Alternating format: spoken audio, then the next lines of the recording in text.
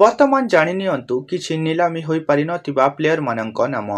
ଏଥିରେ କେତେକ ଏମିତି ବଡ଼ ପ୍ଲେୟରମାନେ ମଧ୍ୟ ଅଛନ୍ତି ଯେଉଁମାନେ ଖେଳରେ ଧୁରନ୍ଧର ଥାଇ ମଧ୍ୟ ତାଙ୍କ ନିଲାମି ହୋଇପାରିନଥିଲା।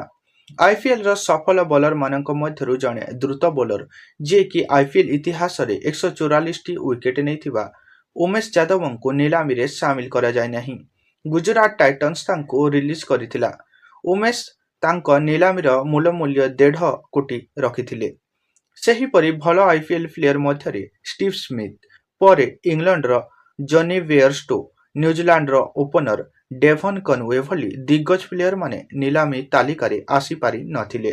ସେହିପରି ଜେକ୍ ଫ୍ରେଜର ମ୍ୟାକଗର୍କ ଅଷ୍ଟ୍ରେଲିଆର player, Gus Atkinson England, Wiaan Mulder South Africa, Deepak Hooda ଭାରତର, ମୟଙ୍କ ଅଗ୍ରୱାଲ ଭାରତର, ରେହମାନୁଲ୍ଲାହ ଗୁରବାଜ ଆଫଗାନିସ୍ତାନର, Jamie Smith England, Gerald Coetzee South ଆଫ୍ରିକାର player, Mahesh Theekshana Sri Lanka, Michael Bracewell New Zealand, Daryl Mitchell New Zealand, Dasun Shanaka ଶ୍ରୀଲଙ୍କାର, ଆଲଜାରି ଜୋସେଫ ୱେଷ୍ଟଇଣ୍ଡିଜ।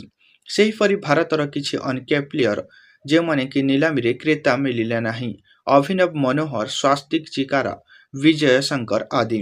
ଏହି ନିଲାମି ହୋଇପାରିନଥିବା ପ୍ଲେୟରମାନଙ୍କ ମୂଲ୍ୟ ଅନେକଙ୍କର 1 କୋଟିରୁ 2 କୋଟି ମଧ୍ୟରେ ଥିଲା ଏବଂ ଆଉ କେତେକଙ୍କ ମୂଲ୍ୟ 30ରୁ 80 ଲକ୍ଷ ମଧ୍ୟରେ ରହିଥିଲା। ଏହା ଥିଲା ଫ୍ରେଣ୍ଡସ୍ ଆଇପିଏଲ୍ ପ୍ଲେୟରଙ୍କ ନିଲାମକୁ ନେଇ ଖବର। ଭିଡିଓଟି ଇନଫର୍ମେଟିଭ ଲାଗିଥିଲେ ନିଶ୍ଚୟ ଚ୍ୟାନେଲକୁ ଗୋଟେ ସବସ୍କ୍ରାଇବ କରିବେ ଏବଂ ଆଇପିଏଲ୍ ପ୍ରେମୀ ହୋଇଥିଲେ କମେଣ୍ଟରେ ନିଶ୍ଚୟ ଜଣାଇବେ।